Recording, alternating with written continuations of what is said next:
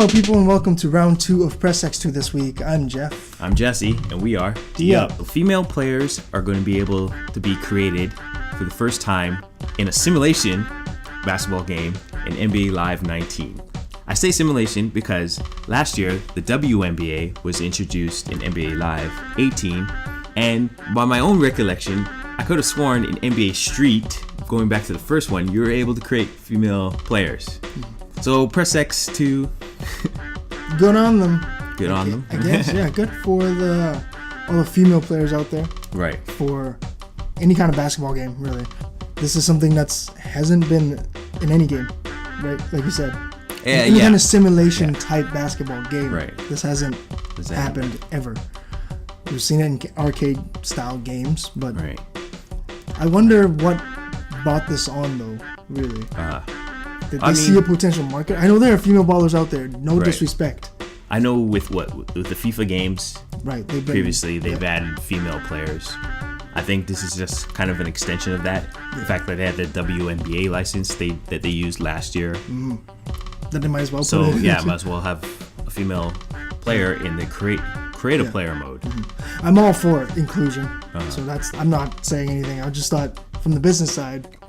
Did they see a potential market there that 2K hasn't filled in the last 18 years? Or possibly. By any game in any... Well, possibly. When you think about it, half the population is female? Yeah. Pretty much. So to add that... How many ballers are female, though? You have to think about that, right? Yes, that is true. Yeah. How many ballers are interested in... Or how many percentage of 2K purchasers... Or live purchasers have been female? Or are they thinking that the females that buy these it was just an untapped market, and they're trying to bring females that passed up on these games and try to get them into the game? I'm sure research has been done. I'm just wondering if this will help them in terms of sales. Clearly, right now, them playing catch up for the last freaking decade. Right. They're pulling out all the stops. Right. Yeah, adding something that the competition doesn't have. Yeah. In that sense. Yeah, whether or not it's cost effective or not. Right, that's what I was thinking. Is that what you're thinking? Oh, okay. Yeah. More in that sense. I mean, it's kind of a reskin, maybe different motion capture, but I don't think it'd be that much hard. And I believe that any kind of creative player, male or female, will be going through the one campaign. Right. Correct. That's very cool. Yeah. So will they got everyone to record 2 lines? Different voice actors, yeah. I mean, they've done it before. What you think about, say, Mass Effect? But they also have them sometimes in the middle. The pronouns would change, right? Mm-hmm. He and she, or they will intentionally write lines to avoid any kind of pronoun. Right. Which, of course, is a touchy topic these days, also. Oh, yes. So, will they just be saying they the whole time in there? Right. Yeah. Gender neutral pronouns. Right. I'm not trying to offend anyone. I'm just saying. Marvel Ultimate Alliance games 1 and 2 have been delisted. On July 26th, 2016, Marvel Ultimate Alliance 1 and 2 were re-released on PC, PlayStation 4, and Xbox One. Exactly 2 years later, those 2 games have been delisted. This is not the first time that Activision games have been pulled. The last one being Deadpool and TMNT Mutants in Manhattan. Press X2. Press X2, more of the same. More of the same. It seems to be that's how Activision's style. I don't think they hold their licenses that long when it comes to licensed games. Yeah. I believe the Transformers games with the same issue. I think they made a Teenage Mutant Ninja Turtle game back in the day. Also had that same issue where the license pretty much went away after a short period of time. So they released these games knowing them. In a knowing way, they won't extend. In a sense, I think it's just that sweet spot when they're going to make money for this game.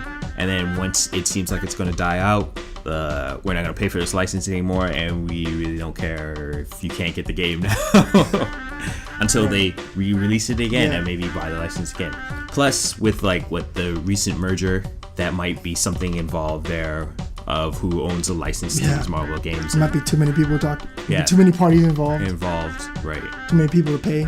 Right. Too many palms to grease. Things like that. It's not worth it. So that's my thought. I just feel that it is sad Yeah, in a sense. That it happens that way. Because Deadpool is a game I want to try. I did not have a good computer to try it back then. I do now. There's no way I can pick that game up.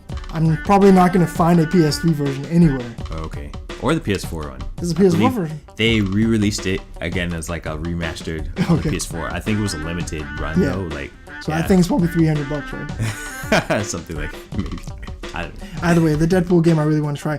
Good thing is I did buy Ultimate Alliance 1 on my PlayStation 4. Okay. So I believe if you paid for it already, you can still download it. Do that, but you just can't buy it new again. Yeah. Quote. 2 I heard isn't as good as 1. 2 is kind of more of the same. So I'm not so bummed about 2.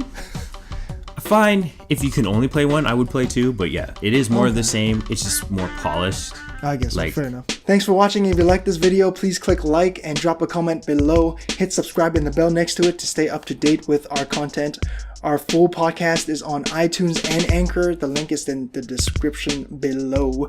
Don't forget to follow us on Twitter at @D_up_gaming. This is Jeff signing off from D Up Gaming. We'll see you next time.